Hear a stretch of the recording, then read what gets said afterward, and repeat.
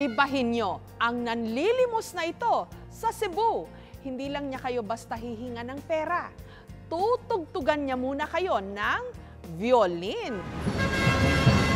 Ang ingay na dulot ng traffic at rush hour sa pinakamatandang kalsada sa buong Pilipinas. Ang Colon Street sa Cebu City, binabasag ng awiting pamasko ng lalaking ito.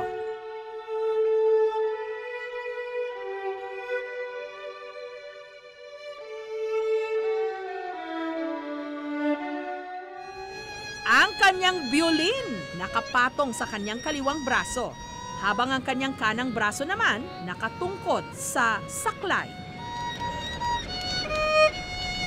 Siya ang 46 anyos na si Idod. Bagamat hirap, pilit lumilikha ng musika. Ang ating maestro nakasaklay. Sa isang linggo, minsan 2-3 lang dito lang. Hindi naman ako palagi kasi minsan nahiya din ako sa mga tao. Gawa ng baka magsasawa sila sa tugtog ko.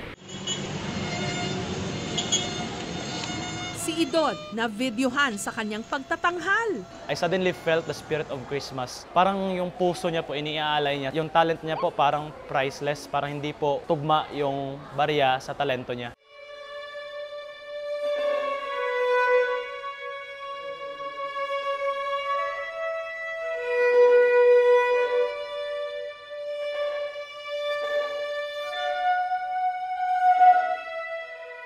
Ang kwento ng kanyang buhay, malayo sa masayang awiting ng Pasko.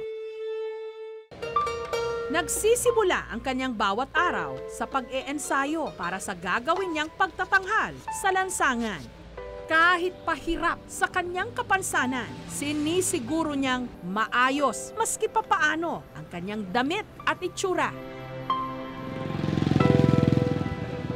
Mula Barangay Basak Pardo, sumasakay si Idod ng jeep patungong downtown Cebu City.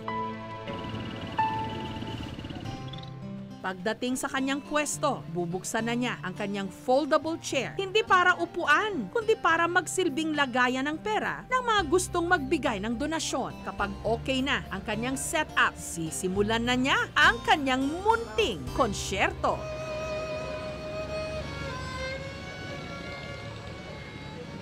Iba-ibang kanta ang tinutugtog ni Idod sa buong araw.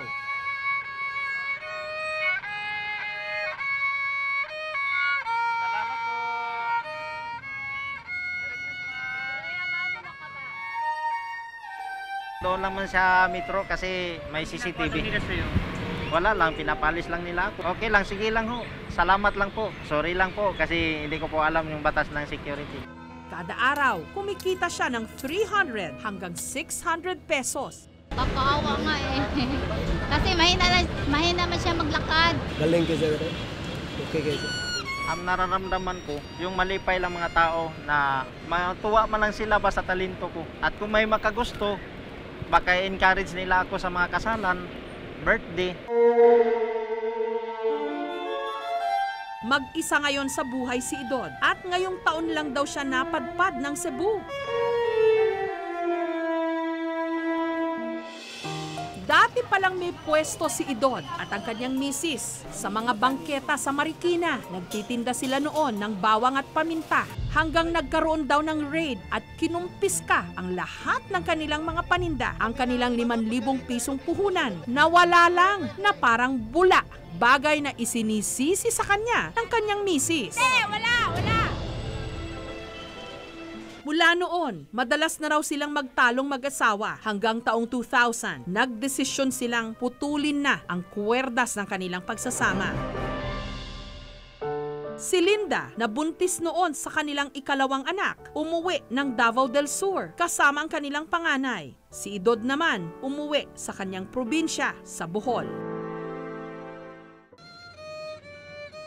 Habang nasa Bohol, nakapanood daw siya ng isang performer sa simbahan na mahusay mag-violin. Doon na siya nagsimulang magka-interes na tumugtog. Naalala ko yung lolo ko, magaling mag-violin. Tinuturuan niya ako ng mga 2 buwan, natututo ako. Hanggang meron daw siyang kaibigan na bagsak presyong ibinenta ang kanyang violin. Ang violin na yon ang kanya ngayong karamay sa paghahanap buhay.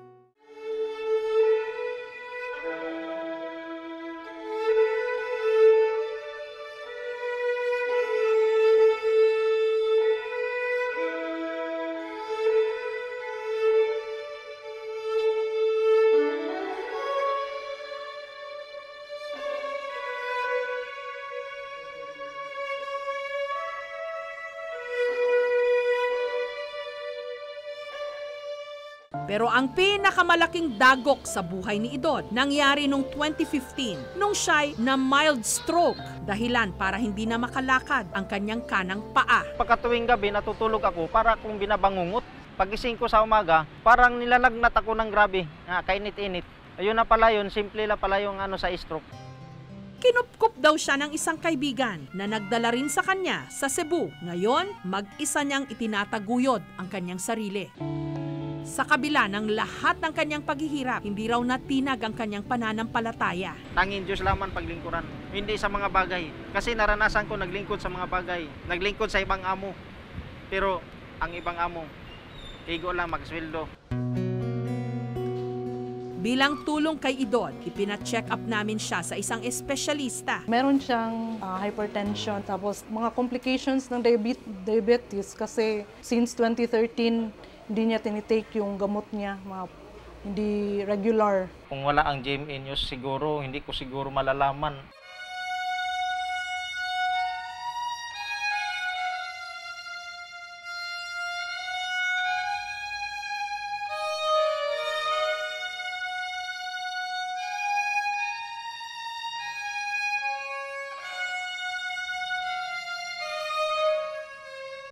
Sa darating na Pasko, iisa lang daw ang kanyang idinadalangin, ang makita ang kanyang mga anak na 17 taon na niyang hindi nakakausap. Gusto ko makita nila ang akong sitwasyon, kung unsa ako ka-responsibility nga ama.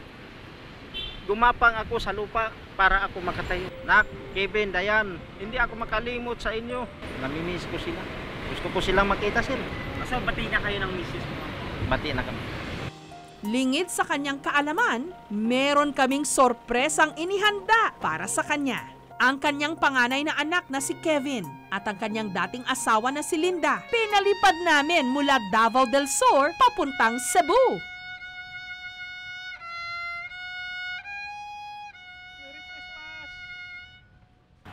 Huwag po pala akong anak. Ang anak ko pala parang artistahin. Parang mana sa papa ko. Magkamukha kayo eh. Magkamukha papa ko. Matangkad. Nakita lang yun mo, Kim. Nakita lang yun mo, Kim. Dayan po, Magnay, bakit po wala siya? Ay, buwanan na niya ngayon. Tapos, tumawag yun sa akin ngayon lang. Sabi ko, ay kaninang umaga, sabi niya, sama daw siya. Sabi ko, hindi pwede kasi kabuwanan mo. Pang ilang apo niya na dapat? Pangalawa na. Pasalamat po ko sa Ginoo no, na nakita sila. Kay dugay na pong panahon nga, wag sila magkita. Tapos sa Ginoo. Pasalamat din ko sa Jessica Soho na nakita mi sa akong papa. Nag-uban mi karon. Salamat sa GMA. Salamat sa Jessica. Salamat sa Panginoon nga nakatulong po kayo. Thank you, Lord. Sa pagkakita talaga kami. Ang mag-aama nagsalo-salo sa maagang Noche Buena. Hinandugan din ni Idod ng tugtog.